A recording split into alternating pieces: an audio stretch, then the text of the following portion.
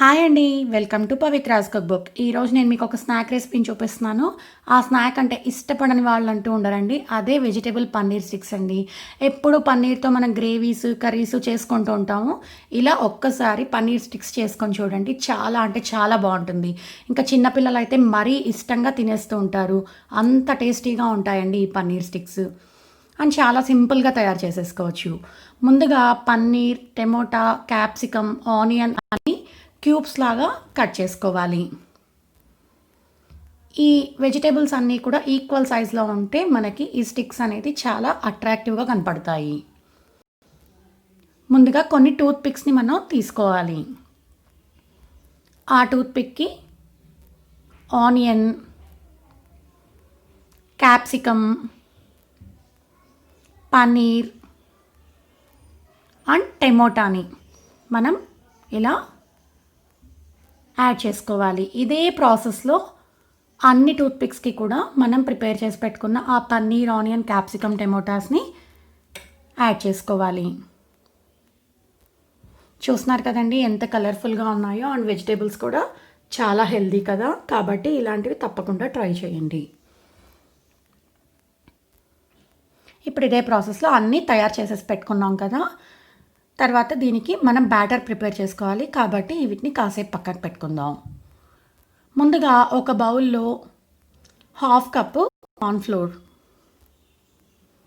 Half cup maida, రెండు equal క్వాంటిటీస్లో use చేసుకోవాలండి మీరు చేసుకునే స్నాక్ని బట్టి.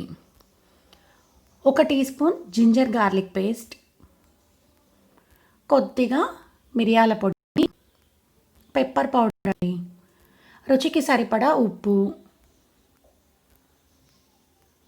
1 టేబుల్ స్పూన్ సోయా సాస్, కొద్దిగా బేకింగ్ సోడా, వంట సోడా అండి, మనం వంటల్లో యూస్ చేస్తుంటాం కదా అది. అన్నీ యాడ్ చేసుకొని ఒకసారి బాగా మిక్స్ చేసుకోవాలి. ఇప్పుడు అందులోకి వాటర్ని యాడ్ చేసుకొని బాగా మిక్స్ చేసుకోవాలి. ఉండలు అనేది లేకుండా నీట్గా స్మూత్గా మిక్స్ చేసుకోవాలి. ఇది మరీ థిక్గా ఉండకూడదండి, అని అలా అని పలుచగా కూడా ఉండకూడదు. ఇలా మీడియం కన్సిస్టెన్సీలో ఉండాలి. ఇప్పుడు మనం ప్రిపేర్ చేసి పెట్టుకున్న ఆ స్టిక్ని ఒకటి తీసుకొని, పన్నీర్ స్టిక్ని బ్యాటర్లో డిప్ చేసుకొని వేడి నూనెలోకి యాడ్ చేసుకోవాలి.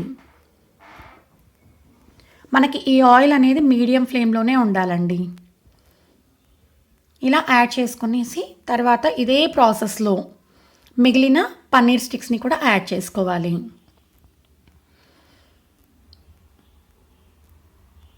ఇలా అన్ని పన్నీర్ స్టిక్స్ని యాడ్ చేసేసుకున్న తర్వాత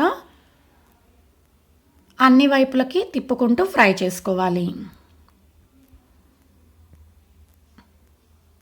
పన్నీర్ కదండి, ఎక్కువసేపు ఫ్రై చేయకండి. కొంచెం మనకి అవి గోల్డెన్ బ్రౌన్ కలర్లోకి వచ్చి కనిపిస్తే, బ్యాటర్ని పెట్టుకుంటాం కదా, అది క్రిస్పీగా తయారైతే తీసేసుకోవచ్చు.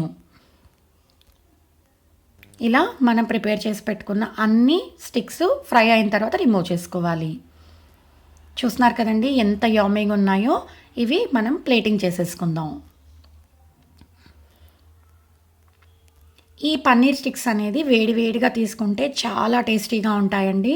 చూస్తున్నారు కదా ఎంత యమ్మీగా ఉన్నాయో. పిల్లలకి ఇస్తే అంతే ఇష్టంగా తినేస్తారు. ఇవి బయట వైపు క్రిస్పీగా, లోపల పన్నీర్ ఉండడం వల్ల సాఫ్ట్గా చాలా బాగుంటాయి. టమోటా కెచప్తో సర్వ్ చేసుకుంటే ఇంకా టేస్టీగా ఉంటాయి. ఇంకెందుకు ఆలస్యం, తప్పకుండా మీరు కూడా ట్రై చేయండి. మీకు కనుక ఈ రెసిపీ నచ్చినట్టయితే కమెంట్ సెక్షన్లో మెన్షన్ చేయండి. Thanks for watching. Please subscribe to our channel Pavithra's cookbook.